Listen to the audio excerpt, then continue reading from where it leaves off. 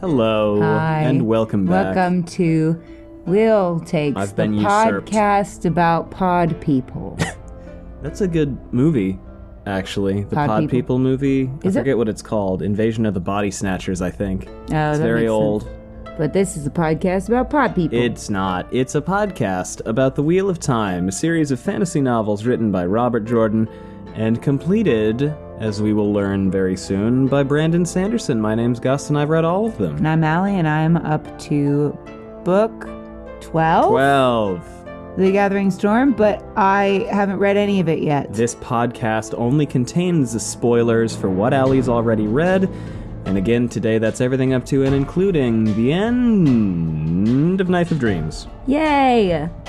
Very exciting day. We already did some the end of this book discussion last week, but now today we're gonna read the last few chapters. So nothing to go over, nothing to report before we begin.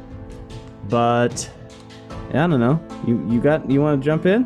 What? Allie's texting. I'm sorry, I got exciting news. I know, I'm excited for you. Family stuff. Yes. But Allie, anything you want to go over before we dive right in? Unheard of for us. To actually dive right in. Anything I want to say? Butts. Allie, we're going to pick it up here with chapter 36, Under an Oak. That's the chapter logo. What? I'm pulling out my notes. What is that? It's a harp. It's the harp. Why is it the harp? Is it Tom's harp? It's Tom's harp. Why is it Tom's harp? Oh, because Furyk has the worst reads in the book. Furyk read. Furyk cannot Furyk can't read. Furyk can't read. Now I'll actually remember his name. Oh my god. So Furyk can't read. I was having a really horrible day because I lost something, and it just got significantly better because of Furyk can't read. I thought recording would make you feel better. Tends to do that. Tends to. Yeah. You want me to read my notes? Please. And if any one of you goes, well, actually, it wasn't Furyk Reed who misunderstood it, it was Almarat Moore. You're right. Let us have this. Thank you.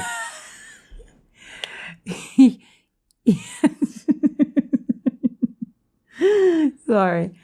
He had always hoped to die in sunlight. Men are so emotional. Well, it could be Lan, die in the blight. Men are so emotional. Anyway. Matt threatening to paddle women's asses again.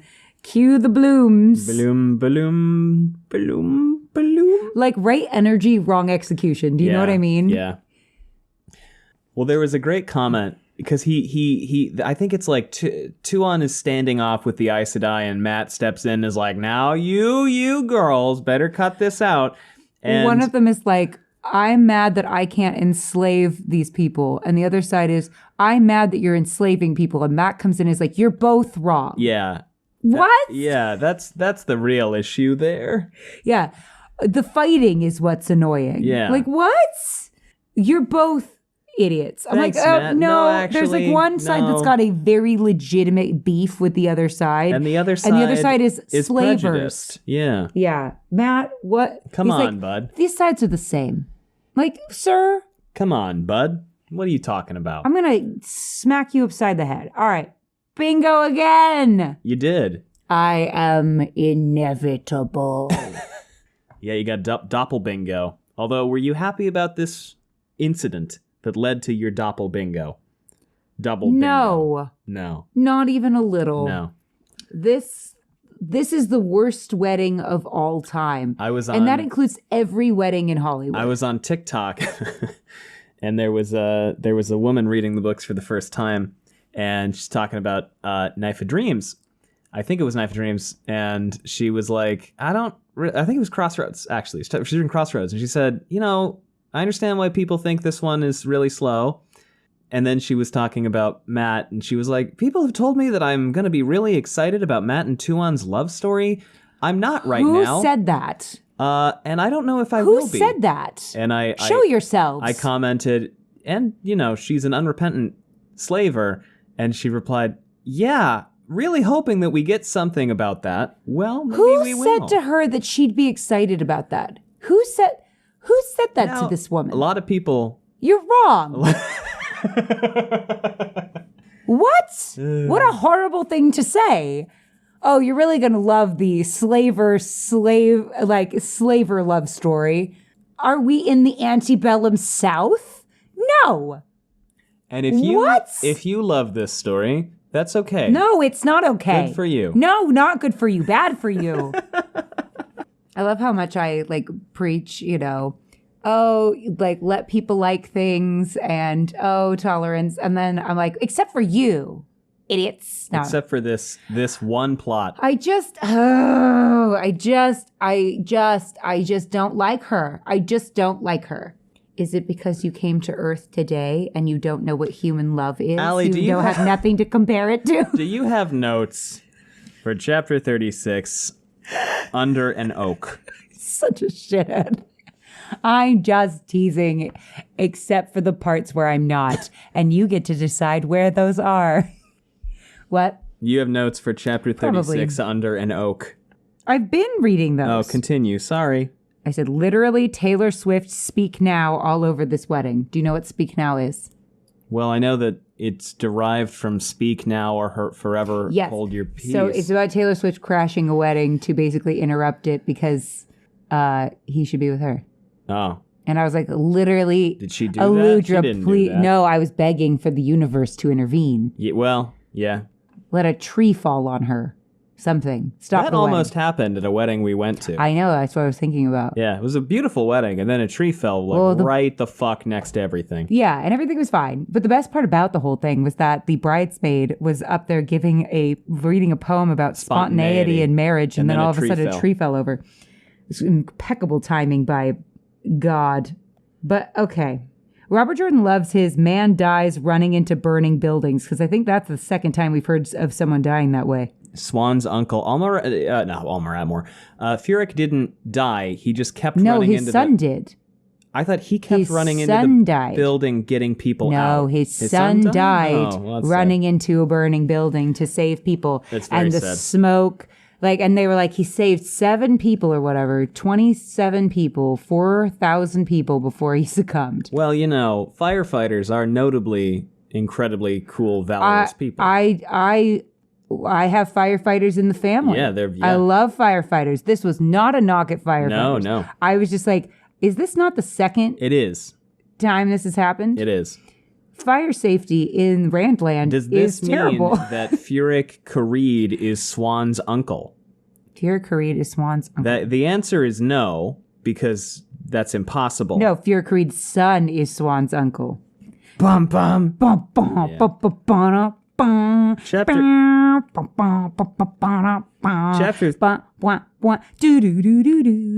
Is this not the second time I've done this? Well, we did Bond music all of the last episode. No, but I've done the Law and Order. I had a strong deja vu. I'm sure you've done the Law and Order. Just like when I read about Swan's uncle, Furyk Kareed's son. There you go. That's how aging works. What's Furyk Kareed's son's name? Goldfinger. All right, we can't do Goldfinger. That's the one callback you get. Goldfinger. Because I've noticed that people loved the Bond thing. People loved the Bond. I thought that was so funny. I did not think that would be as popular as it was. But hey, you know what? I'm glad you like it. It led to whole discussions about favorite Bond movies. It did. It was so funny. I forgot. I found out Rosamund Pike was a Bond girl. She was a Bond girl. I did not know. You didn't know that? No. Yeah, she was. That makes sense. She's super beautiful. I had forgotten that Goldfinger is the Bond movie with Pussy Galore in it. Is it? Yes. We have to watch it. It also has a dude called Oddjob who throws his hat at people and it kills them. Because the blade, the brim of the hat is like a razor blade. That's very creative of the writers. Hats off to them. Hey! Chapter 36, Under an Oak. The sun stood well above the meadows, as Kareed rode through the trees, toward the so-called Maldive Narrows, perhaps 2 leagues ahead. The 5, blah, blah, blah, blah, blah, blah. Okay, so how's Furyk Kareed? He's searching for Tom. He's closing in. Who's he looking for, really? Tom. The High Lady, that's right. Ugh. And he's got away. it. He's fucking in this shit to win this shit. Though I was ready for this. 100% right about how this will go down. pretty damn close. I was almost 100% right about how this would go down, and I do feel like at this point I should be given some kind of medal. How does Khalid handle this situation? Wait, this is what's fun. I need to say this. I have a friend who, at parties, she'll just get awards made for people. Oh, yeah. And so you'll win like merriest motherfucker at her Christmas parties. Yeah, or whatever. yeah, you won that. Yeah, I did, and it's an honor, really. And I won another thing at the baby shower that they had. But anyway, so that's what she loves to do, and I think that I should be getting trophies for this. Yeah, okay. I think I should be getting trophies. I can make you a trophy. I would like a trophy. I'm a millennial. I'm dying for some kind of trophy. So how does this all shake out? But I did more than participate. You won. What? Well, Khalid, he's riding through. He hears birdsong, and he's like, oh, okay, they're using birdsong as signals. And he sees a scout, and he's like, well, this dumbass has a fucking red band around his arm like a fucking idiot. Man. Sorry, I'm just picturing. I thought you was gone. Yeah, so they're using red arms. They're using bird songs. Wait, I'm trying to think of like if there's like an animated movie where the birds sing something together. I'm sure there are. The only one I can think of is Dumbo, and I'm pretty sure that one's problematic. So, never mind. Keeping it going. So he rides into Matt's camp, and he's like, hey, well, let's see who this is. A short man mounted on a tall dun met him and reined in where he had to stop or ride the man down. The front half of his head was shaved and appeared to be powdered of all things. He was no popinjay, though. That is a great word. Popinjay. What does that even mean? I don't know. Pretentious, puffed up lord, I believe. Like a dandy? Yes. Ah. Yes. Another fun thing that happened last year, Risible, Risible, not risible, Rizza or Ible. I am also totally here for the word risible, as the Gen Zers would use to mean either full of charisma or easily affected by high charisma. However, the word we were referring to last week was risible or risible with an S. Yeah, we had a lot of people confused by that. Much as I do love the word riz. All right. I've really come around on it, if I'm being honest. Yeah, it's fun. I like the evolution of language in all ways but two. What were the two?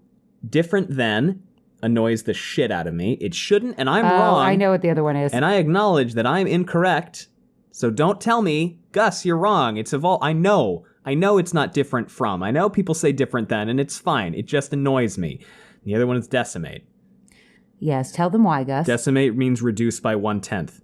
Yes, that is what that means. I understand that's not actually what it means anymore. I am being a pedantic fuck, I acknowledge that. And if you use decimate and different than, my cute little pedantic that's fine. Fuck. I'm the one who's wrong, and I acknowledge pedantic. that. I believe I've called you a pedantic fuck. I am a pedantic fuck in this way, and some others. I think you explained that to me early on in our dating, and I believe my response was, "You're a pedantic fuck." It's true. Well, but yeah, but I think the important thing here is I acknowledge but I said that jovially. It annoys me, and I'm wrong.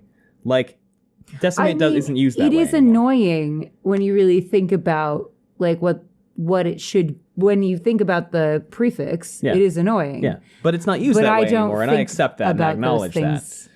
For my own mental health, different than gets to me because I'm like, different is it just doesn't work in my head. I have way more things that annoy me than you in terms of language. I'm sure there are others. Those are just the two that I always twig on. I'm trying to think of what annoys me. I know there's like lots because I get annoyed when people use the wrong your, and I get annoyed when people use the wrong their.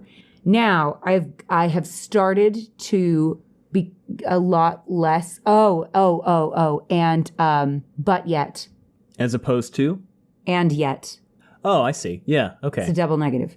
It's not but yet. It's and yet. Okay, that makes sense. That bugs me. Sure. A lot of people make that mistake. And it doesn't, you know what? here's the thing. I give people a lot of slack because I'm like, they could be English as a second language. They could have just had the shittiest grammar teacher. Yeah, or none. Or none. Yeah. Yeah, there's a lot of privilege in not liking someone's grammar, so I acknowledge that. It's just a small annoyance to me that I choose very actively to ignore. Well, the other thing about my quibbles here are I am literally incorrect because the definitions in the linguistic drift have updated to allow different than and decimate to function the way that they are used. Oh, my other thing about people not liking new slang is, one, it makes you sound so old. It's true. But two, stop sounding like an old man. Shakespeare made up words all the fucking time. That was what I was going to say. Yeah, he made up a shitload of words.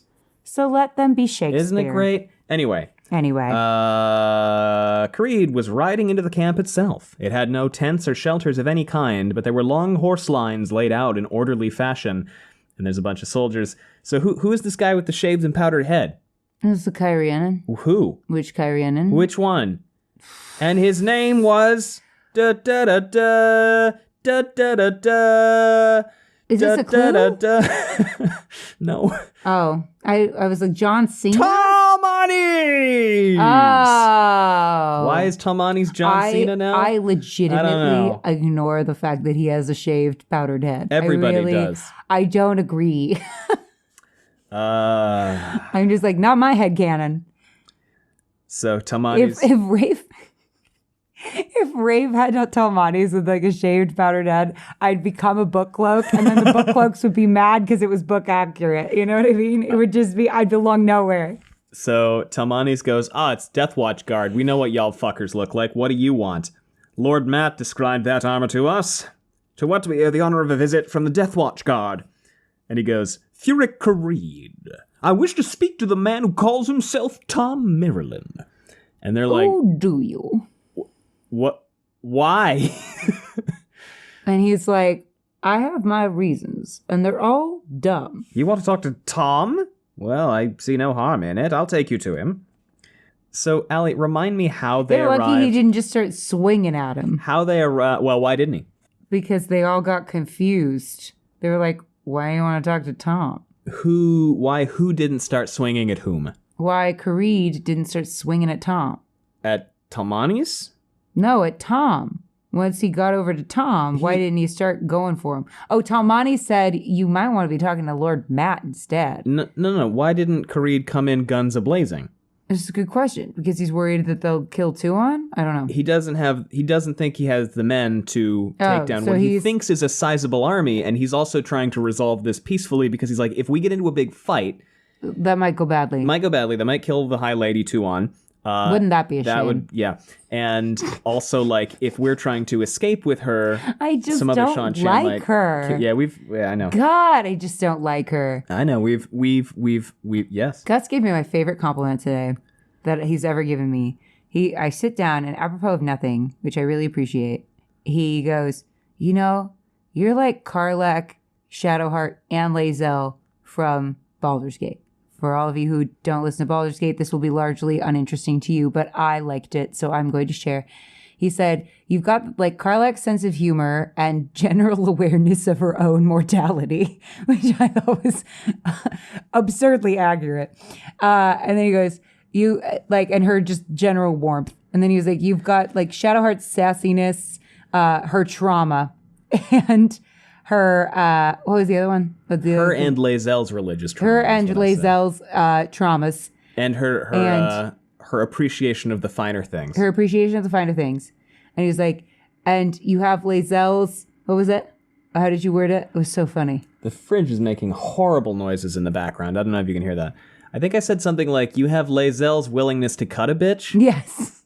Was how I put it? It made me laugh really hard. And that's true in this case. Yeah. I hate Tuon so much that I would be willing to cut a bitch about Tuon. Like I don't say the word bitch very often, but this woman, I think I'm allowed to say it about a slaver.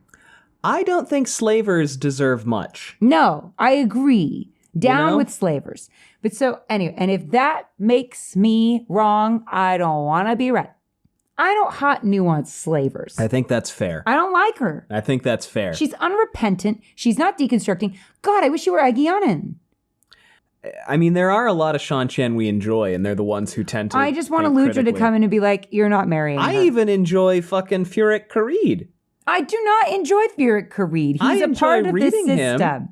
He's interesting. Well, he's funny at least because he's got such terrible, a terrible assessment of the situation. Now, how did Almarat Moore arrive at this assessment of the situation, by the way? Do you recall? Is it from when he kicked Tom in the head? That was part of it, yes. So randomly? From book 4, when he kicked Tom in the fucking head.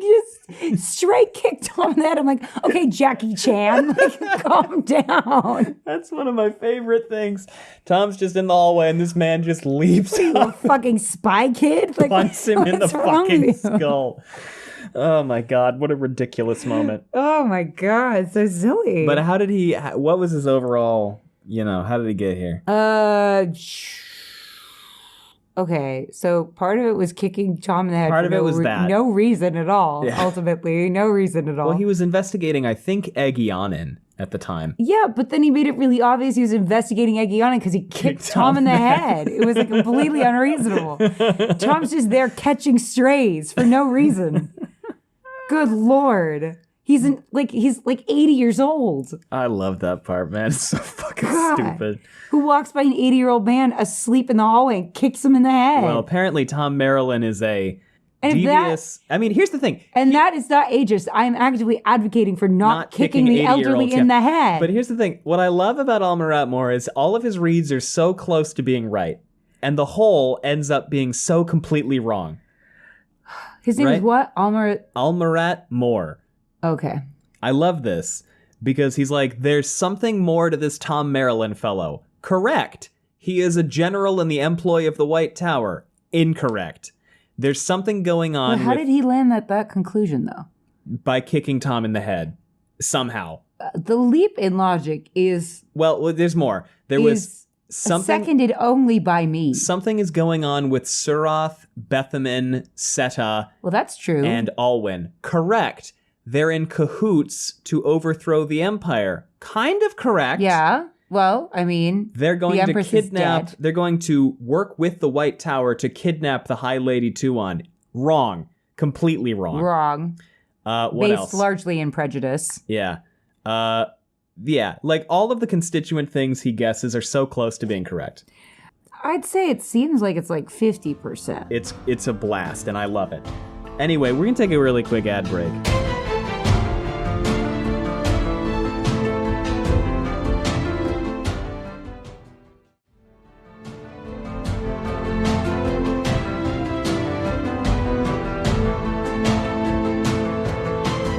Welcome back to Tom Gets Kicked in the Head takes. It seems like Almond Moore, or whatever his name is. Almond Moore. No, we already have an almond. What? It's a popular name. They love naming the children Almond. So Almond Moore. So the second Almond, he... the Sheikah. I love that accent. Gonna make a joke and now it just came out of my head. I'm so sorry. Wait, no! Wait. What was I gonna say? Let's see what we were talking about.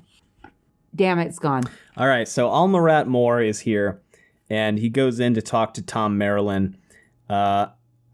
He thinks he's fucked. He assumes, this is not going to go very well. I'm very concerned about this. It largely goes pretty well. Musenge gave him only 1 chance in 10 of success, 1 in 5 of living. Personally, he himself believed the odds longer, but he had to make the attempt, and Maryland's presence argued in favor of the High Lady's presence. Delavinde dismounted at an oddly domestic scene among the trees, people on camp stools or blankets around a small fire beneath a spreading oak where a kettle was heating. He looks at people. Mistress Anan, of all people, who had once owned the inn where he stayed in Abu Dar, was sitting on one of the 3-legged stools reading a book. She no longer wore one of those revealing dresses he'd enjoyed looking at, but her close-fitting necklace still dangled that small jeweled knife onto her impressive bosom. She closed her book and gave him a small nod as if he had returned to the wandering woman after an absence of a few hours. So he sees everybody, and he's looking around. and he assumes that he actually thinks that Noel might be Tom Marilyn. Ridiculous. He doesn't have a shoe imprint in his head. Egyanin kind of glares at him. Good for her. Yes, my girl, my woman, my Alejandra, vision. Not Alejandra. Deconstructing queen. Amathera goes to prostrate herself, but then catches herself and stops, and Joylin is like, hell yeah, girl. Even Amathera has deconstructed twice. 2-on won't even do it one goddamn time. De La Vinda goes, Tom, this is Furyk Kharid. He wants to talk with a man who calls himself Tom Marilyn. And Tom goes, with me? His right leg appeared slightly stiff. An old battle injury, perhaps? But I don't call myself Tom Marilyn. It's my name, though I'm surprised you know it. And he has the imprint of a man size 10. What do you want of me? He's like, why do you look like you've been kicked in the head? He's like, don't find the boot print. Almarat sends his regard. He just kicks Tom in the head again.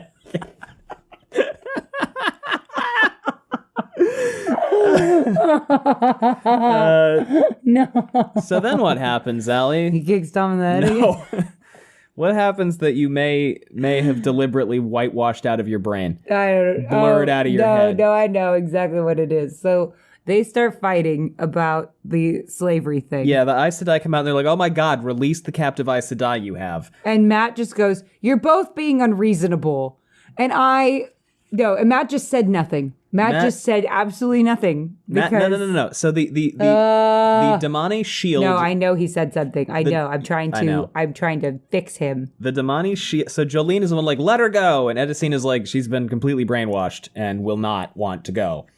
And then they yell, do we know that? She could be completely faking. Why don't we try taking the leash off? Well, and then see what happens. They get shielded. And then Matt rides up and goes, what's bloody going on here? And Jolene goes, she has us shielded, Matt. And he walks up to them and goes, really? Oh, by the way, Kharid is like, oh, I know that guy. That's Tylan's toy. Allie's in deep emotional distress. Robert, I'm begging you, please stop doing this to me. Please stop it, please. I just want to feel a moment's peace. It's like Robert was like, you know what? This fight about slavery and Matt saying the absolute wrong thing. Like, it would have been better if he just said literally nothing than what he ended up saying. I'm going to make it worse. So help me, I'm crying. He rides up to the Damane, goes, release the shield, he told her, as if he expected obedience. Kharid's eyebrows rose. This was the plaything? And they try to channel on him. He goes, see, it doesn't work on me. Now you bloody well release the shields, or I'll bloody well haul you out of the saddle and paddle your bottoms. Well, wouldn't it not work on him anyway, because he is not They were going to pick him up with air. A chandler? They were going to pick him up with air or punch him in the face. Well, don't be fucking silly. So he threatens to spank them, and... But he threatens to spank both sets of people, which I find so inappropriate. They release the shields, and then Matt turns around to Jolene and points to them and goes, now don't you bloody well start. She's let go of the power. You do it too. Go ahead. No, absolutely not. No. Anyway, enough of all that. I remember when they were throwing poop and stuff at Matt. They should do it more. Kharid walks up to Tom and goes, General Marilyn, you fought a short you fought a short but remarkable campaign and achieved miracles of keeping your forces undetected. But your luck is about to run out. General Cheeson deduced your real purpose. I'm sorry, what? General Cheeson. General Cheeson? Cheeson. Cheeson? Cheese it. General Cheez-It deduced your real purpose. He's turned his army around and is marching for the Maldive Narrows as fast as he can. He'll be here in 2 days. I've 10,000 men not far from here, enough to pin you until he arrives. But the High Lady Tuon would be in danger, and I want to avoid that. Let me leave with her, and I will allow you and your men to depart unhindered. You can be well the other side of the mountains into the Mulvane Gap before Cheeson arrives, and into Mirrandane before he can catch you. The only other choice is annihilation. All right, Foghorn Leghorn, relax. Cheez-It has enough men to wipe you out. Won't be a battle. 100,000 men against 8,000 will be a slaughter. 100,000 Cheez-Its against one man. And Tom is like, I don't have the... Bro, what the fuck are you doing? I don't have the authority here. Bro, who the fuck are you talking to? What are you doing? He's like, I have a mustache, a boot print in my head, and I play funny tunes. I fear you've mistaken me, Banner General Creed. I'm a gleeman. I am a gleeman. A position higher than court bard, to be sure, but no general. They're taking on the same voice. I'm a gleeman. A position higher than court bard, to be sure, but no general. The man you want is Lord Matrim Cawthon. And Kareed is like Tylen's fucking toy. Okay, and Allie smashes her head against the keyboard. It's true. I have to say this. You make Tom sound so hot with that voice. Thanks. Everyone agrees with me. So Matt looks at him and goes, you have 100 men, Death Watch guards, and maybe 20 gardeners. From what I hear, that could make an even fight against 5 times their number for most soldiers, but the band aren't most soldiers, and I have a sight more than 600. As for Cheez-It, if that's the fellow who pulled back through the Narrows, even if he's figured out what I was up to, he couldn't get back in less than 5 days. My scouts' last reports had him pushing southwest along the Edam Road as fast as he could march. Oh my god, jeez. Yeah. The real question is this, though. Can you get 2 onto the Terrasan Palace safely? Kareed felt as if Hartha had kicked him in the belly, much like Almarat Moore had kicked Tom. You mean to let me take her away? What are you Parmesan about? We've done this before. Have we done cheese puns before? We've done cheese puns before. This is the deja vu episode. Yeah. Wah, wah, wah, wah, wah, wah. If she trusts you, if you can get her to the palace safely, she's in danger till she reaches that. In case you don't know it, your whole bloody ever-victorious flaming army is ready to slit her throat or bash in her head with a rock. And Kareed is like, how the fuck? What? How do you know this? Bruh, I know. We will die to the man if that is what is needed to see her safe. It'll be best if we set out immediately. And Matt is like, yeah. Oh, shh. 1 second. Shh.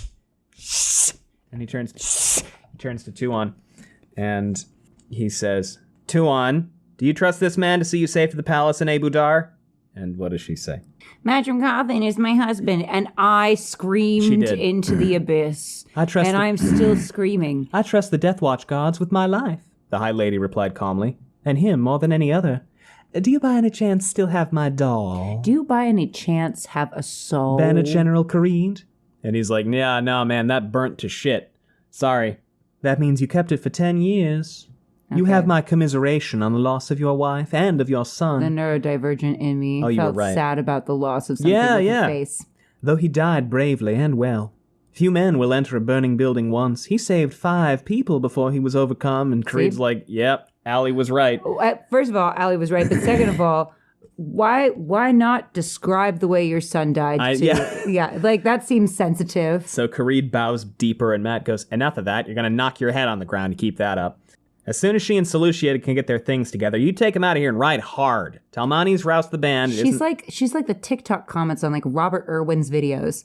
Did you know your son died? Like, because have you seen? Isn't it? Well, no, I'm talking about her to Kareed. Oh, yeah. But no, on Robert Irwin's fucking TikTok, I feel so bad for that. Steve Irwin's son. He must not ever check. He mustn't. His notifications, because literally it's just filled with people going, your dad is dead. And we loved him. We loved your dead dad. And it's like, you're just like your dead dad. And I'm like, can we all have an ounce of chill? An ounce of chill. This poor boy is just posting a cute little koala video. And everyone's like, just remember your dad's dead. Like, fucking relax. Jesus Christ.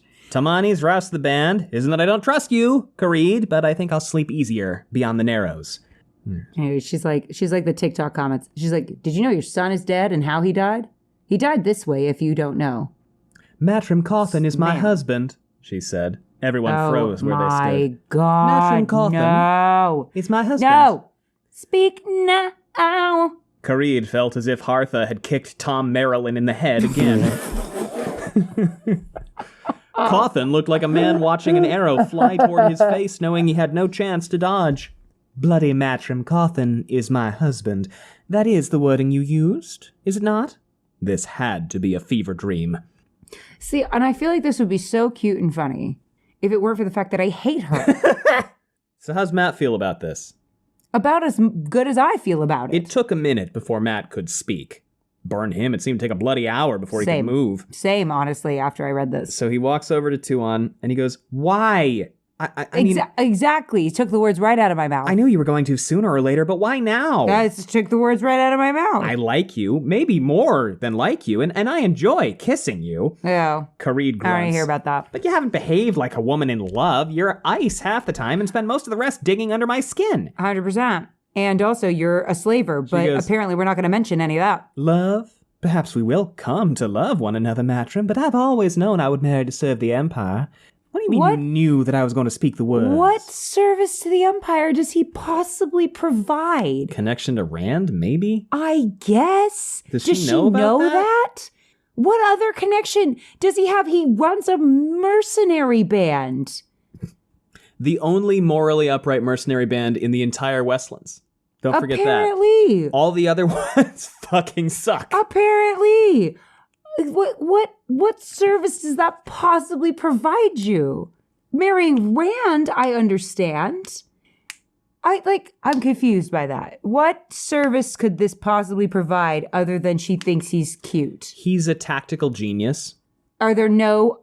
Well, okay, it's easy to be a tactical genius in a place that doesn't realize that after you lose a battle, you should evaluate how you lost and then do it differently. She's like, he's the best general on this side of the fucking ocean. We have to get him. Lock his shit down. Lock it down. This is the thing. Barrelane thinks only Perrin can make women come, and Tuon thinks only Matt can reconnoiter after a battle. Because he might be the only one there. He might be the only one who can reconnoiter after a battle. I mean, Rand learned to do that from the Shan-Chan, which, okay, is equally as shocking as the Shan-Chan, whose whole thing is battle, not knowing any medical weaves. Notably, by the way, That is as dumb... This is the dumbest... Okay, you have one child that's ill, right? Wouldn't you turn to the people who are like, can make stuff explode with their minds and go, anything else you might be able to do? Want to poke around and see if you could save his fucking life? You dumb fucking shits. What a waste of magic. What, we're just going to blow shit up? Yeah. On a continent with no other people around? It's our continent, literally called Shan-Chan. They had to, pacify the entire continent. And then what have we been doing since then? Interfighting and nothing else. Well, they're not interfighting with the Damani. They might have been. They're stabbing each other. I mean, they might have been. Okay, but it's still bullshit. It's still bullshit that you're like, oh, this woman can blow stuff up with their minds, but we're not going to explore any of the other benefits this could have for us? Really? Well, they think the power is gross and dirty. Cool. then you're still fucking dumb. You know what else is gross and dirty? Being a corpse. By the way, what is notable about... God, I rant a lot, don't I? I just think stuff is stupid. Rants. What is notable about Tuon's behavior towards Matt now? I don't know. I don't like her, so I don't linger on her. She's not calling him toy anymore. Well, thank fucking God for that. The that is the minimum. only good thing to come out of this marriage, apparently. If she calls him toy one more time, I'm literally going to rip the book in half. Not because I am vindictive, but just because of the stress. So, what he tells her... The stress will just force my hands apart. There's nothing I can do. I want to stop them, but I can't. The book is being severed. He tells her about I'll kick it like fucking what's-his-face. Kick Tom in the head. He tells her about the snakes and foxes, and she tells him about something of her own that you had predicted. She's dismantling the slavery empire? No, she's all about that shit. Why are they doing this to me? Why are they doing this to me? We have 3 books left and we have to dismantle slavery and fight the last battle.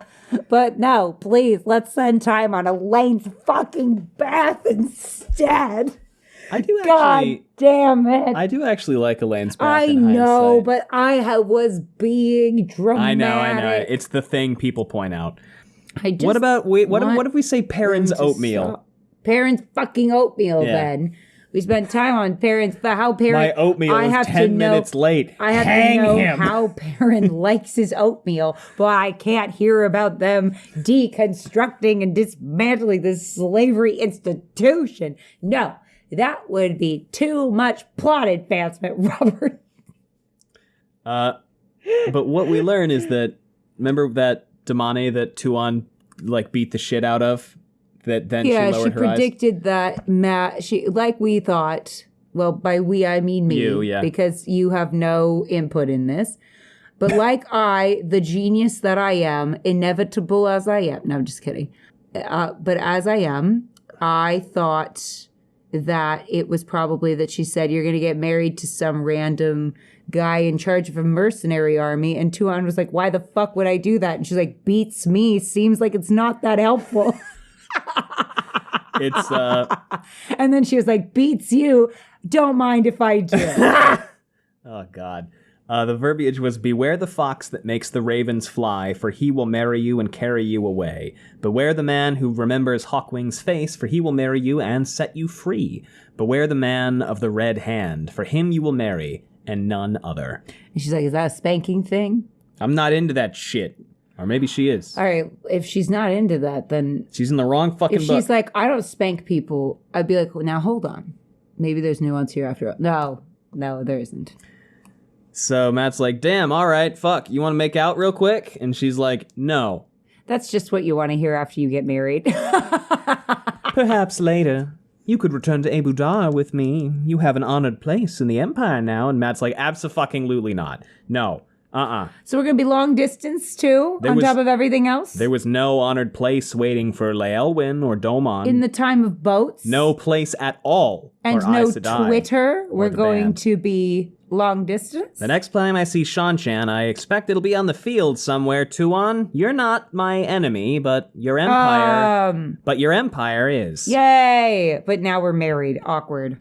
Nor are you my enemy, husband. But I live to serve the empire. Unfortunately, we have made peace with the Seanchan in every other facet of these books. So, unfortunately, they're allies now. Rand didn't. And Perrin made a temporary truce. Rand said he's going to make peace. Peace? With the Seanchan. With the Seanchan. And somewhere in California, Allie has walked into the sea. She now lives with the fishes. Glug, glug. Glug, glug. I cannot live with this being true. I cannot live with peace being sown with the Seanchan. I will instead disappear into the swamplands. So Vannon, who, as the narrative takes every opportunity to remind us, is disgustingly, hideously fat. I just... like, what the fuck? He rolls up on a horse, and by the way, if anyone's listening to this and is fat, you are not disgusting and or hideous. I'm making fun of the narrative. I know you're making fun of the narrative. Yeah. I'm just clarifying that we're making fun of the narrative. No, of course not. And he's like, hey man, it's your first episode. There's like 10,000 dudes on the way. There's one Seanchan and like a fucking shitload of Altarans and people and Terra Boners and Amadichians. And they're I love that we call them Terra Boners. Terra Boner. I stand by it. They're trying to kill this dude, and he points at Kharid. Ooh, Terra Boner. Oh God. That's tough. And rumor says the one of them that kills a girl sounds a lot like the High Lady, gets himself 100,000 crowns gold. Their mouths are dripping for it. And Kharid's like, I'll be fucking fine. I'm sneaky as shit. And Matt goes, yeah, what if you beef it? Then I'll make tacos. It can't be chance they're this close. They've caught some sniff of you. One more smell might be all it takes to kill Tuon. So, what do they elect to do? What a shame that would be. What do they elect to do? Kill Tuon? No. Hopefully. No. What do they elect to do? Chill out. I don't remember. He's going to leave a handful of Death Watch guards and gardeners with Matt, and Matt and the band are going to kill 10,000 people. Why? Because they're coming ravenously to come murder Tuon and get a bunch of money. That's so many people. I know. Is there no other way? Well, Matt's hoping they'll break and run after he fires fucking grenades at them. They don't, by the way. Every single one of them fights to the end. Jesus Christ. I know. It was 10,000 people? No, I don't think it's all of them, but a lot of them. Good God. It's a significant number of people. We'll see next chapter. That's too many people. I don't even know 10,000 people. I don't even know 1,000 people. Do you know 1,000 people? According to Facebook, yes, but not really. But like, okay, when you flip through that list. Yeah, I'm like, you're I don't know I any met of you at a bar and decided we were best friends. And then we shared contact information and never spoke again. Yeah. But I told you all my deepest secrets and traumas. So it switches perspective to 10,000 people? That is at least I don't know if they kill all of those 5 times people. my Facebook How many friends. Coachellas? How many Coachellas is that? How many people go to Coachella? We're going to find out. How many people? We just God, this really is the deja vu episode. Oh, it is 1/65th of a Coachella. Jesus Christ, that many people go to Coachella? Yes. Good fucking God, that's too many people. I will now never go to Coachella. Almost more than 500,000 people go to Coachella? Yeah. That is too many. It's 1/7 of a Taylor Swift concert in Los Angeles. Okay, wait. Okay, this is another question. Dodger Stadium. How many people can fit in Dodger Stadium? Are we getting closer? It is 1/5 of a Dodger That's Stadium. too many people. That's still too many people. That makes me nervous how many people that is. Okay. Yeah. Wait, okay, now I'm thinking. All right, so we got to think smaller. We're getting there. Is it... Windows sound. Okay, I'm thinking capacity. How many people can fit in... A clown car? No. We know that's way over 10,000. Yeah. How many people... Ooh, what? The Phil. The Philharmonic. Okay. Disneyland's too big. Oh, we're close. 18,000. Okay, so about... Okay, we're getting there. Oh, wait. No, that's the Hollywood Bowl. The Hollywood Bowl is 18,000? Hollywood Bowl's 18,000. Okay, how much is the LA Phil? So the Walt Disney Concert Hall, as it were. All right, Walt we Disney got to think Concert smaller. Hall is... Okay, so it's 5... Disney concert halls. Roughly 4.5 Walt Disney concert halls. Okay, but I'm looking to get at 10,000 now. All right. How many people... Okay, Disneyland's too big. Oh, yeah, much. But maybe like how many people ride one of the rides in an hour? Would that work? Okay, we've gone too far. All right. What about ooh? There must be a theater, like some kind of theater. Like one of the Broadway theaters, like a maybe. big... Well, those are pretty small. Yeah, they don't feel like they're not that big because they're maybe old. One of the biggest ones? What's the biggest one? Biggest Broadway theater? Maybe like London. No, even those. Because like the West End? The Walt... Okay, we listen. We'll figure it out or we won't. But for now... Someone tell us a place with a capacity of 10,000 people so that we can visualize. We're going to switch to Tuan. How's she? She's okay. She's like, Kareed, what do you think of She's got married. my dude? And he's like, not my place to think. My place is sword. I'm just Ken. My job is sword. That's always what you want to hear after you marry someone. It's not my place to think about them. I ask your judgment. And he goes, a good general, high lady, brave, but not overly brave. He won't get himself killed just to show how brave he is, I think, and he is adaptable. Now, how, though, does this marriage benefit the Sean Chan? A man of many layers. Because he's just a mercenary head. And if you will forgive me, high lady, a man in love with you. Oh, my... I saw how he looked at you. With and she's scorn? Like, really? Oh, weird. Okay. Agreed. Really? And she's like, anyway, I don't understand this relationship. Gotta shave my head. All. Gotta shave my head. She goes, if I die, I'll die as who I am. I have removed the veil.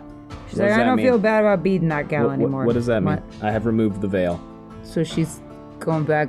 She's not ashamed anymore. Yeah, she's no longer pretending to be the High Lady Tuan. Now she's Highness Empress's, heir. Yeah.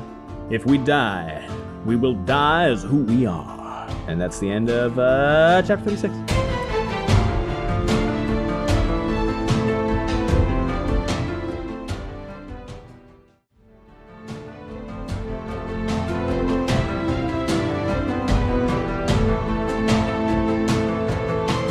Chapter 37, Allie, is called Prince of the Ravens. That's the logo. What is it?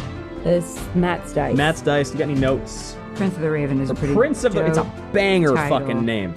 It's really too bad. Again, the Shan-Chan are amazing marketers. That is what I will say. Yeah. Aludra! I love her. Aludra isn't happy about finding herself on the Shan-Chan side. Relatable queen. She's the only one that's making sense to me so far. Not the horses. Fuck the 10,000 people. It's the horses I really give a shit about. All right. Prince of the Ravens is a sick title. It is a sick title. Yeah, that's my last thing. All right.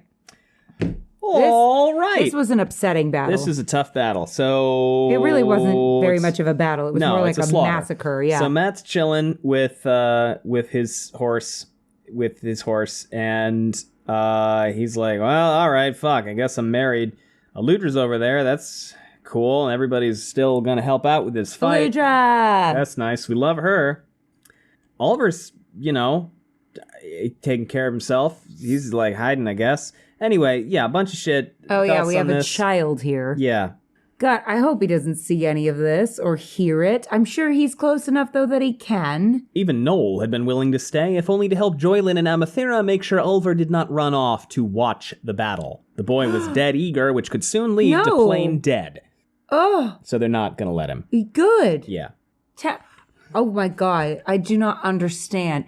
Oh, I can't wait to see a massacre of 10,000 people. I don't think all 10,000 of them. I don't remember. You know what I always think about? I think I said this already. I'm getting deja vu again. But the people have to clean that stuff up. Yeah. Ugh. Yeah, I know. Talk about trauma. So Matt's like, I'm married, man. Which is a thing. No, it is a thing. That is a real thing. That is a thing. It is. Apparently when I was born, my mom was like, you love your kids, but like sometimes the shock of like now being a parent is kind of wild, and people don't really talk about that because there's a little shame about that. But she was like, you don't necessarily feel stuff right that second. Yeah, I've heard that happen to a lot of people. Yeah, she said that she and I made significant eye contact for a while before she felt it. That's pretty funny. She was like, and it's still she's like, and you're so tired and everything. Yeah, you've just been through a lot. She's like, and you've been through like, what is quite an ordeal. And she's like, it took a couple days for like it to really set in. And she's like, I feel like more moms should talk about that. My sisters, of course, she loved right away. No, I'm just kidding. Tuon, his wife, he was married. She's like, but you're meeting a stranger. He'd known it was coming, had known for a long time, but just the same, married. He should have felt different somehow, but he still felt like himself. He intended to keep it that way, burn him if he did not. If Tuon expected Matt Cawthon to settle down, to give up gambling or some such, she had another think coming.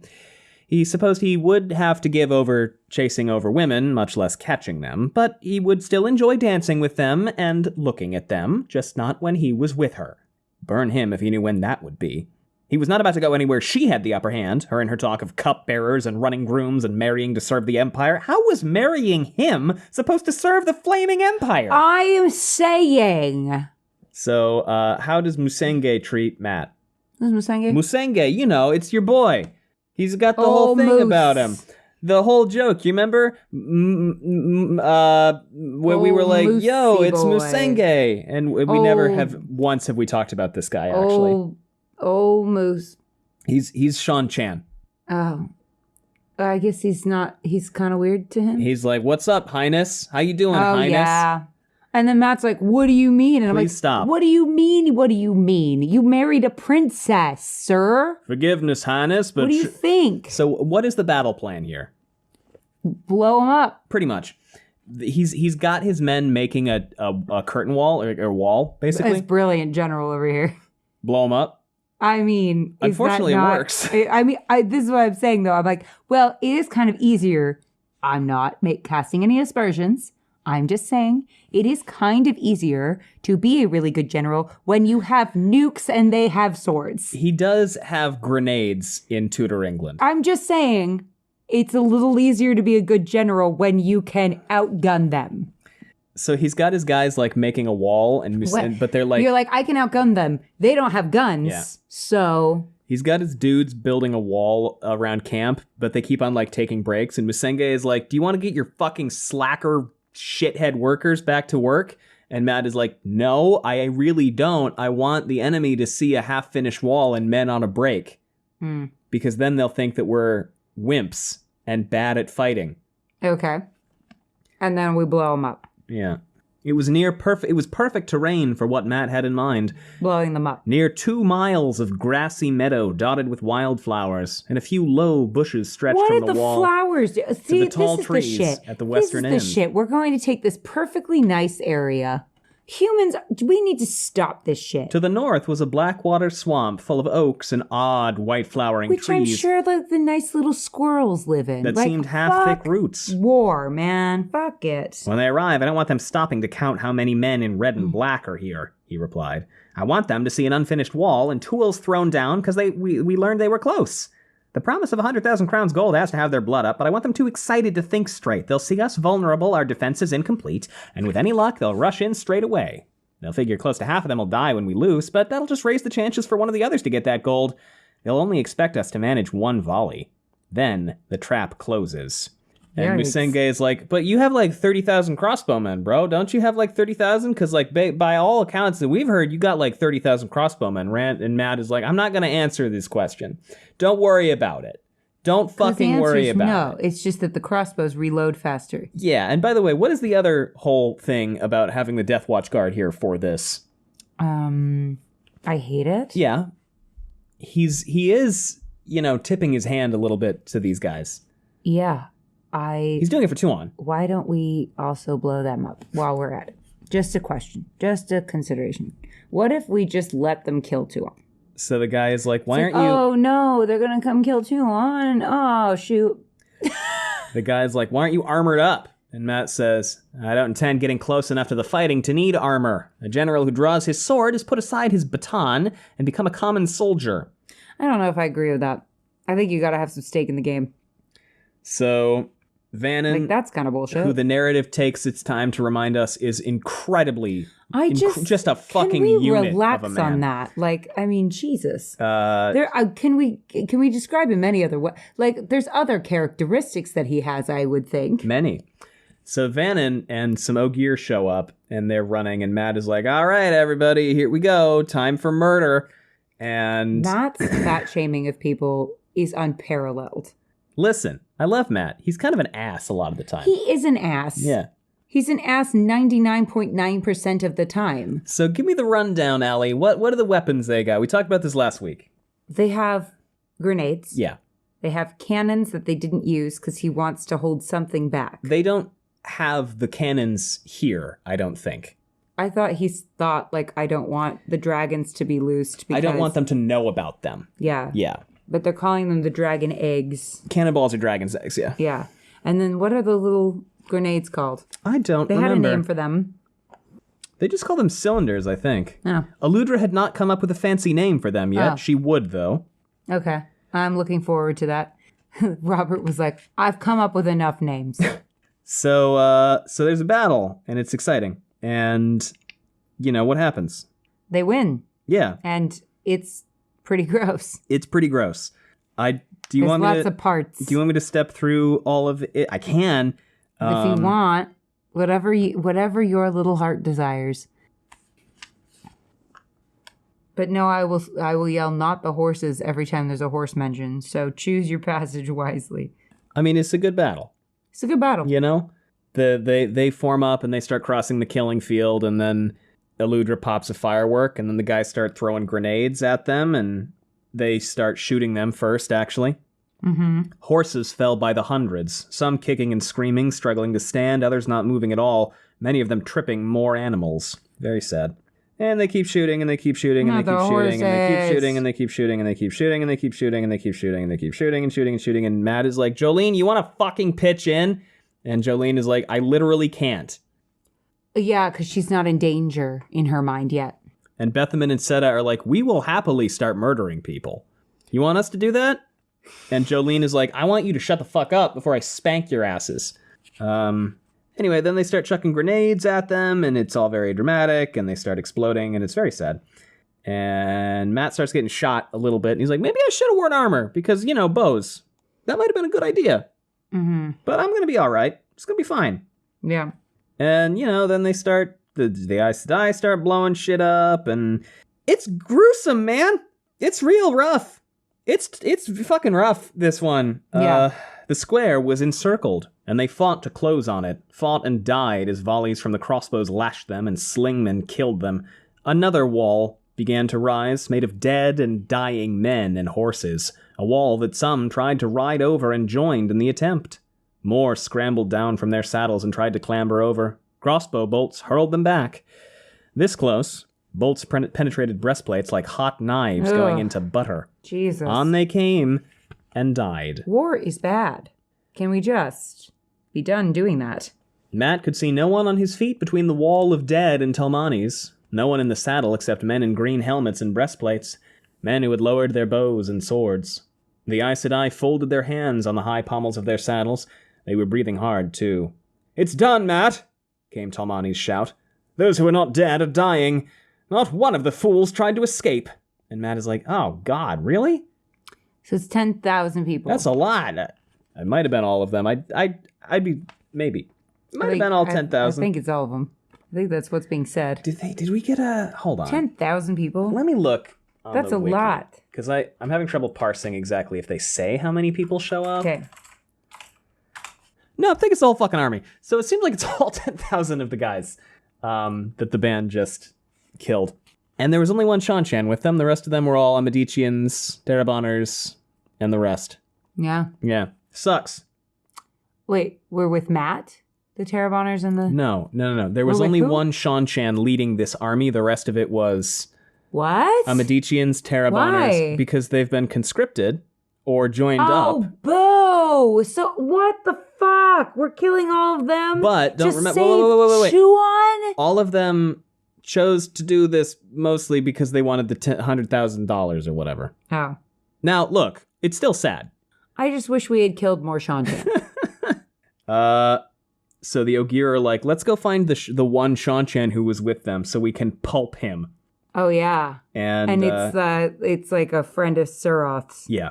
Jolene goes like, hey, well, you little fucking chump ass, guess you owe the Aes Sedai a little bit of a favor. I wonder what I'm going to ask of you as my favor. Stop slavery? No, she still wants to bond him, remember? Wait, who wants to bond? Jolene wants to bond Matt. Why? I don't know. He spanked her, though. Why? That's I so think that's dumb. what it is. It's not explicit. I'm going to go for a walk. But I'm pretty sure that's what it is. I'm going to go for a walk. And Matt is like, Musenge is like, y'all didn't do shit. You helped a little bit, but like those insane crossbows he had did most of the work. Yeah, that's true.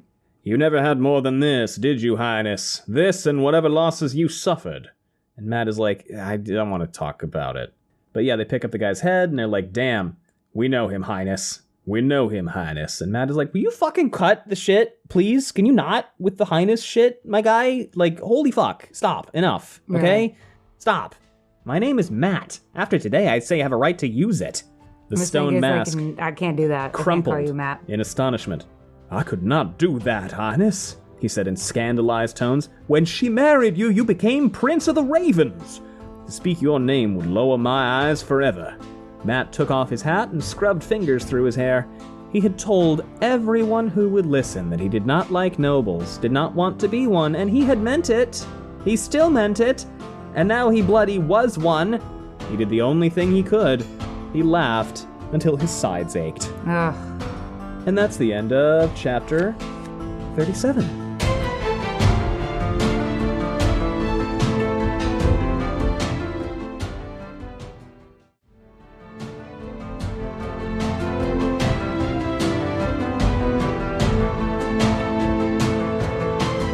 Allie, the epilogue. Mm-hmm. Remember the old saying. That's the logo. What is it? It's a wheel. It's a wheel. You have notes? Yes. For the epilogue. I'm about to be done with Robert Jordan's last book. It's very melancholy. It's very sad. Robert Jordan's going to finish with Suroth? I have mixed feelings about the naked, but get wrecked, Suroth. Yeah, we'll talk about that. Okay, never mind. We have Pavara. Now I'm happy. Yeah. Don't you know that men are cool with dying because men man in a manly man fashion? Hot Will's brother is at the tower. It is. An Alcine boy. Yeah, Suroth. What happens with Suroth? I got mixed feelings about this. Okay, yes. So they walk in. So she kind of like... Wait, excuse me. You asked me what happened. Yeah, go ahead, and you interrupt me. Sorry, go. Wow, women are talking. I'm sorry, excuse me. I thought you were jumping over my something. Space. Well, please continue. Leaning in. Okay. Feminism. Okay. Thank you. Everyone is clapping. All right. So, first of all, Gus, if that is your real name.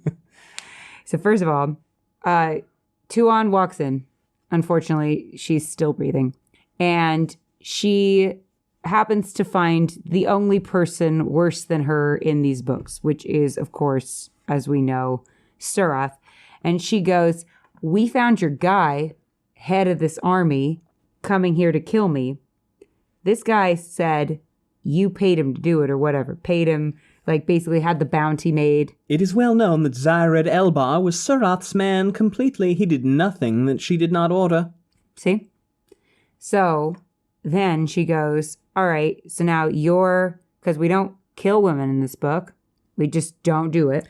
Yeah. Never, ever. Yeah, huh. Instead, we enslave them because that's normal also. Well, we killed Tylen. Thank God. Thank God she has stopped breathing our air. All right, so here's the thing. We strip Surath naked, which why are they always naked? Why do we always have to be naked? Why are we always making women naked? Have we stripped a man recently? When was the last naked man we saw? Of their own volition? Or you mean not of their own volition? Either way. What ding-a-lings have been on camera? Matt was... With Melindra. Matt had his dick out with Melindra. That's the last one I can think of.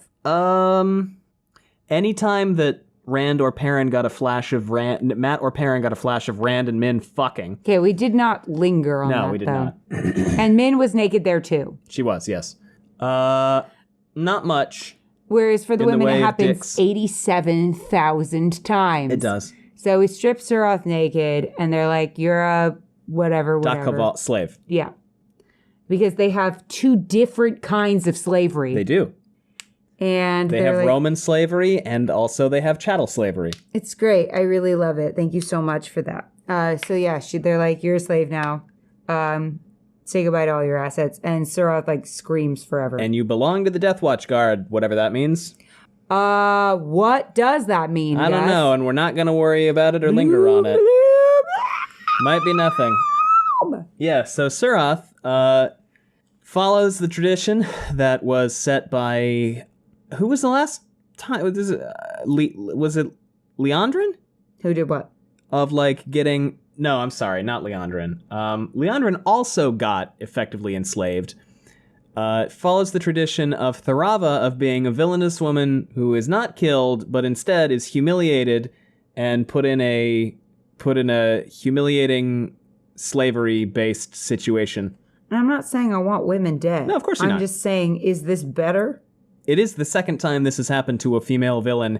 No, it's not. It's like the fourth. Oh, yeah. Well, Savannah, too. Because Savannah's getting made... she's... Galena, Leandrin. Yeah, that's what I meant. Galena, not Tharava. Swan, even though she's not villainous. Egwene, she's not villainous, but it happened. Surath, Morghese, Fail, Alejandra, yeah. Yeah, they're not villainous, but they are stripped naked and made into slaves. Well, if we can take one good thing away from this... It's that women should be stripped naked and made It's that Tylen fucking died. Thank If God. nothing else, Tylen got fucking decapitated. It's telling to me that out of all of the villainous women in these books, the one I most wanted to have be ripped apart was Tylen.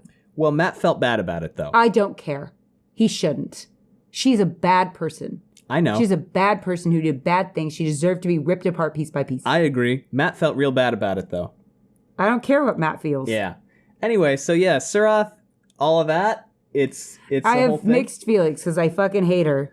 And she's like one of the few women in this book that I hate more than Tuan. She's pretty bad. But I'm just like, the trend is weird. Yeah. And we've spoken about how the trend is weird. And we don't need to have any more discussion on here or on Discord about how the trend is weird or whether or not the trend is weird. We switched to Pavara. How's she? Pavara is at the Black Tower. At the Black Tower. And they're like, we're going to bond some of you, but consensually. Yeah, it's going to be chill. And Mazrim Taim is like, I'm going to say the most villainous thing I could possibly say. He is going to do that. So she shows up with Javindra, and they're like, okay, and they got a few other eyes to die. And Rand just could not put in 15 minutes a day. If I could put 15 minutes a day into Duolingo, you can go 15 minutes a day to make your presence known at the Black Tower, because otherwise we have magic nukes walking around, and they might not be loyal to you, you silly, silly, silly bint. So 3 Ashman come out. Fine morning to you, Aes Sedai. Now, what would 6 sisters be wanting here at the Black Tower this fine morning? Pavari goes, to see them hail, managing to avoid choking on the word.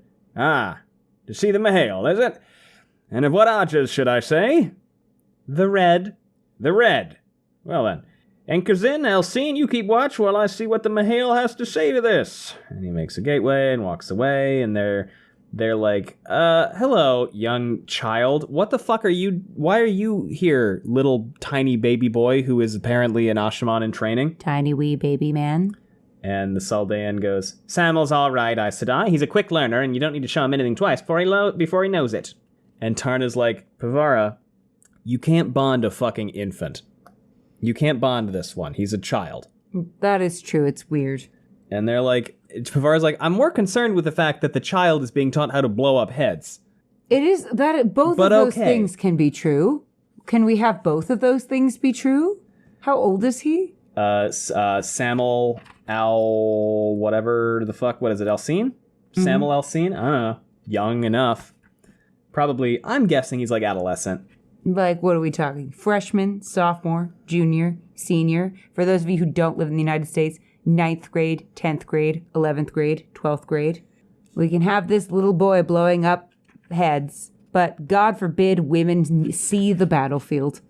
Really, my position is we shouldn't have war at all, and we should all just be adults and talk it out. A boy little more than a child, is what they say. So I'm going 15. If that.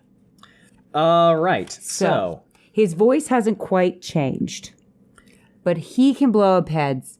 But the women, we gotta wait until the very last possible second. So another.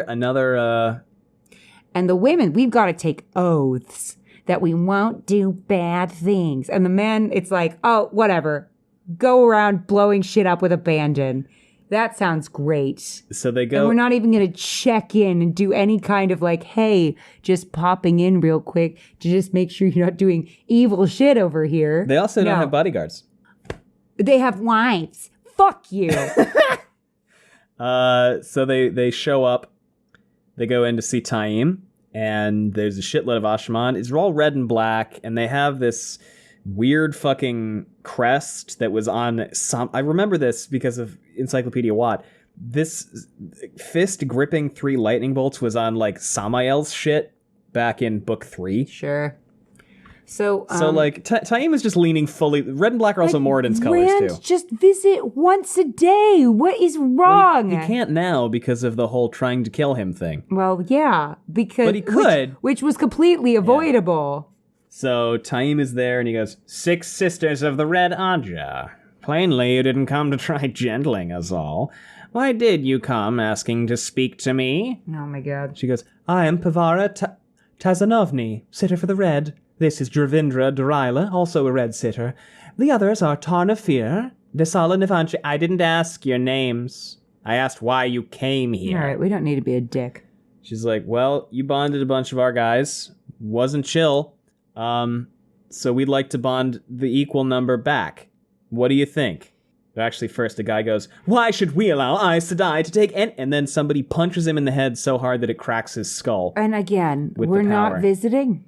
And Malara's like, oh, I can help. I'll heal him. Shit, that was fucked up. And Taim goes, you do not have my permission. If Mishraila survives till nightfall, he'll be healed. Perhaps the pain will teach him to guard his tongue. You say you want to bond warders? Reds? And they're like, yeah, man. This is a totally chill, normal meeting. Yeah, let's do that. Good fucking plan. We're not afraid of them. Custom can be as hard to change as law, harder at times, but it has been decided to change ours. Henceforth, Red Sisters may bond warders, but only men who can channel. Each sister may bond as many as she feels comfortable with. Given the green, for example, I think that unlikely to be more than 3 or 4. Very well. Very well? What would you have me say? Fair is fair, equal shares? Accept very well, and ask who will let you bond them.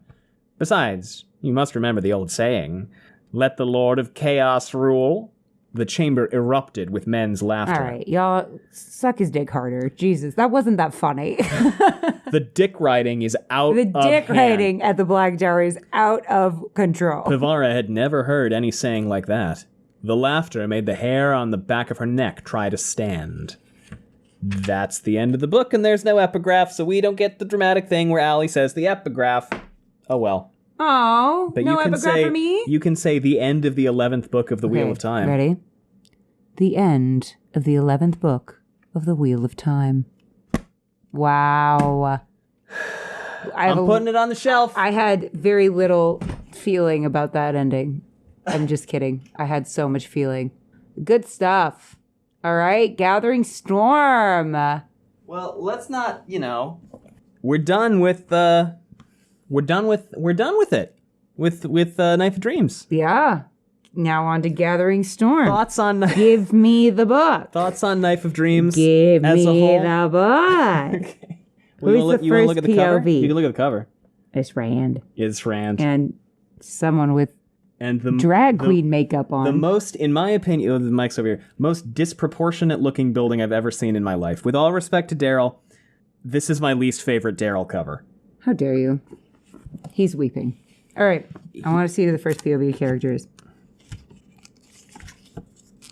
Is it signed? No. No, that's printed because he's dead. Oh. Unfortunately. Well, damn. Okay. Well, this is a nice foreword from Brandon, and we'll read that. Okay, I'll read that later. Thank you, Brandon, for your nice foreword. I need to see who the first... Oh, and there's like a whole thing. Okay, well, I don't care. I'll read that later. Who? Who is that? What, you're not all about... Reynold Fanwar? Who is that? Your boy and mine. Oh my...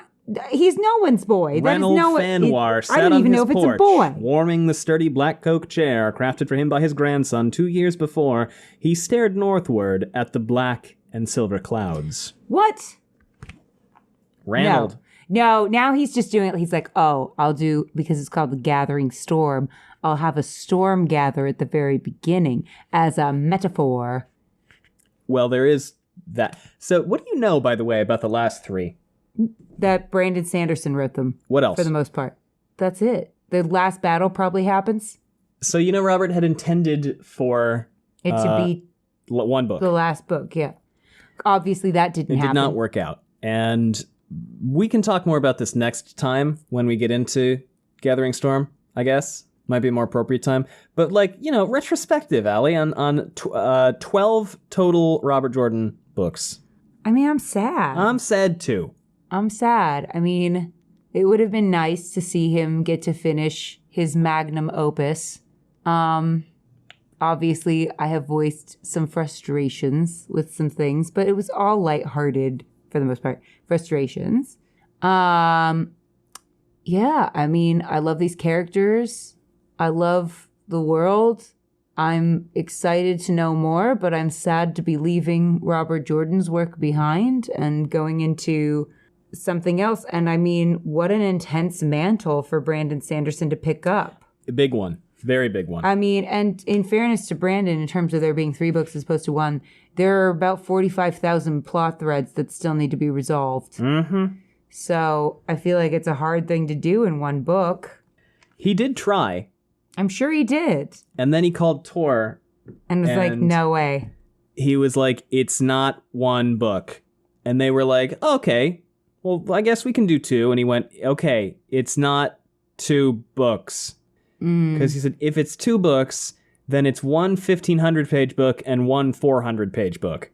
Because there's no good way to chop it into 2 pieces. He said, I can chop it into 3, but I can't chop it into 2. Yeah, I get that. I agree with that assessment. You do? Oh, yeah. Could not have been 2. Yeah, that's fair. Honestly, could have been 4. But here's what I'll say. If you like plot resolution, I do. You are going to be in for a good time. I'm excited. Mm-hmm. I'm excited. I'm melancholy and excited. Well, that's what melancholy is. We're getting to the end. I'm excited to see what Brandon Sanderson contributes to the canon. Yeah. I'm sad to be leaving Robert Jordan's work behind. Me and too. I know there's parts of these upcoming books that are Robert Jordan. Much of it, yeah. Isn't it true that we don't really know which ones, though, except for the last chapter? It's not made public. There are elements that Brandon or Harriet or other members of the team have said, this is basically, I just picked it out of his... He had written this scene, and this scene is 100% Robert Jordan. There are other things where it's like he left very little about this character. There are some characters, I'll tell you, that Brandon pretty much wholesale creates. The only other thing that I know is I was like, and we're done with the spanking probably, right? And then Gus just looked at me, and I was like, right? And then he looked at me some more, and I was like, right? And then he goes, there's one scene. I did mention there's at least one spanking scene. Yes. And I only mention this because I told her that there is one spanking scene that Brandon went out of his way to say, I didn't want to write this. I was forced to write this. And we'll see when we see it. I'm preparing myself. I appreciate when you tell me these kinds of details. Yes, because, of course. Because, like, they're not spoilers in my mind. They're, hey, just heads up that you're going to be mad. And it's nice for me to have a warning when I'm going to be a little mad. Well, you may be a little mad. I'll probably be a little mad. I get mad. I'll be mad over the tiniest thing. That's fun. That's the fun of it. Well, in a fun way, hopefully. Well, I guess Thailand was mad in a not fun way. Anything else about... I don't want to close on Thailand. Let's say something else. Oh, yeah, that's anything valid. else. I don't want to fucking close book 11 on fucking Thailand. We could fan kick into Tom's head some more. I think that's the funniest thing. Ain't that a kick in the head? It is wild to think back to from where we started with our 3 farm boys, 2 farm girls, Lady Merlin, Sword Daddy, grown a lot. And Singer Boy to this. To this huge world. Yeah. With so many characters. Yeah. Many of them with S names. Most. Yeah, I mean, what a feat. It's hard to really, I feel like I don't have words for how I feel right now. Wheel of Time is something you need a little time from before you can really process it. And again, you're not fucking done. You have 3 very, very, very intense books ahead of you. I feel like, it's become this huge thing. I mean, so many incredible moments, so much thought-provoking material, so many discussions we've had. I'm sad we're not going to yell at Robert anymore. We can combine. We can yell at them both. I'll be like, Robert, Brandon, whatever your name is. Brobden. Brobdingnagian. Bromden. Brandbert. Brandbert. Yeah. Yeah, I like that. Yeah, this has been years in the making. It has. And for the people I who read it... remember when we first started this and we posted about it on Reddit. Shout out to Reddit. Yeah. Someone was like, basically, it was like, you're not going to do it. We did? Somebody commented and was like, I was like, that's going to take years of your life. Like, good luck. Kind of being a little snarky, I remember. And I was like, oh, well, now we're definitely going to do it. So, shout out, because we're on our last 3 books. Well, with that in mind, we'll close this out here. Might take a week between books, or might just jump in. Because we might need a fucking break. Actually, next week we almost definitely will not be able to. Very important weekend. Because next week is a pretty significant... We can share this. It's not like... My sister's getting married. Yeah, so we're going to be doing that. So I'm going to focus, and I'm maid of honor, and I'm co-maid of honor with my other sister. And so we're going to focus on that. Because sometimes life things are important. Generally speaking. Just sometimes. So we'll see you back here soon with Gathering Storm. And we're going to put up episode 8 eventually. Don't ask us when, but it will be soon. It's going to... I have my notes done. I do. We just have to record it. It will be soon. And with the wedding prep... And all the other stuff. Listen, I know we're getting there. Doesn't need to be a reason. We're getting It'll there. be up. We're getting You'll there. get it at some point. It will happen before the show. comes out. Just like the file deep dive will not. Leave us alone. So with that in mind, thanks for listening, and when everybody. I say leave us alone, I meant Gus. Thanks for listening, everybody. We have social media if you want to know what we've got going on. It's linked down below. We also have a Patreon if you want to support us that way. It's patreon.com/wheeltakes. And you can always leave us a rating and or a review if you want, which helps a great deal. Other than that, anything else, Sally? Thanks a lot, Jim. Thanks for listening, everyone. Bye. Wait, I just got really choked up. Me too. I thought you were going to say that. It made me sad.